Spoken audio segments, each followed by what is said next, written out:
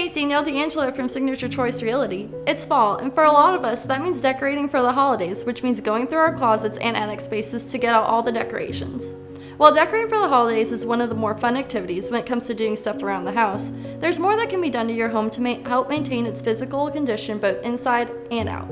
Lucky for you, I have a few home improvement projects you can do this fall.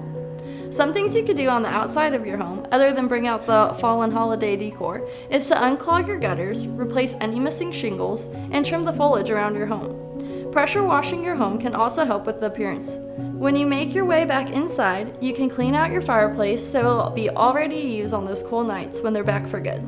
Also, don't forget to replace your air filters. It's easy to forget that needs to be done each month, even with the colder season coming up. Another indoor fall improvement you can do if you have carpets inside your home is to have them steam cleaned. Steam cleaning your carpets can help improve the overall look of the home. Whether you're staying home for the holidays or leaving to visit someone else, it always feels good knowing your home is clean and maintained both inside and out. And doing just a few of these tips I've talked about is a good first step. Remember, if you're interested in buying or selling a home, feel free to give me a call or even text me at 229-474-7467. I'd love to help.